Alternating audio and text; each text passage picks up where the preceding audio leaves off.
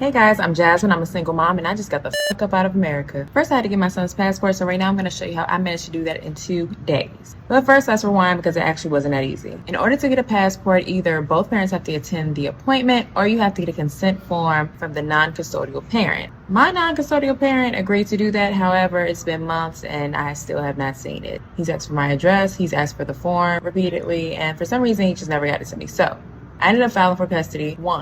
After the court case, I only had to wait about 2 weeks for my paperwork to come through. There, I had to go down to the courthouse and get a certified copy of the order proving that I had sole custody and the legal right to make all decisions for my son. From there, I was able to schedule an appointment at a passport agency. Surprise, surprise, they are not in every state like I thought they were. I was in North Carolina and the closest one to me was in Washington, D.C. Luckily, my dad lives there, so I just went to visit and schedule my appointment.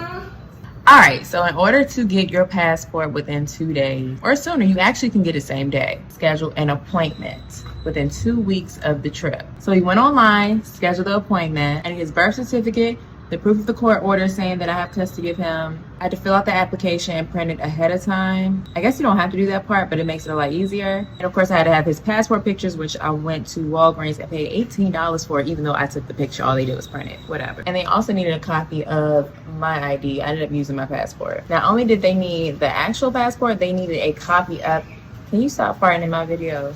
Not only did they need my passport and his birth certificate, but they needed copies of it. So I had to make those in advance. Showed up for my appointment, almost went into the wrong building. I went through security, went to this guy, showed him that I had all the paperwork I needed. He put it together with a paper clip and sent me to the desk. I went to the desk, they gave me a number, told me to go sit down and wait. So it was just like the DMV. I just sat there and waited for them to call my number. I was probably there for 2 to 3 hours. Before they called me up, I gave them all my stuff. This part was really quick, but I used my dad's address. My dad's address is my permanent address. I used that on my application, and because he said I was local, I would have to wait a day or two. I opted for 2. I actually could have got the next day. I would have to wait a day or 2 to get my passport because they prioritize people who have driven from out of state. So had I put my mom's address in North Carolina, I probably would have gotten his passport the same day. But he was tired. I didn't want to have to keep him there any longer waiting for that passport. So we just went ahead and went home, came back 2 days later and got his passport.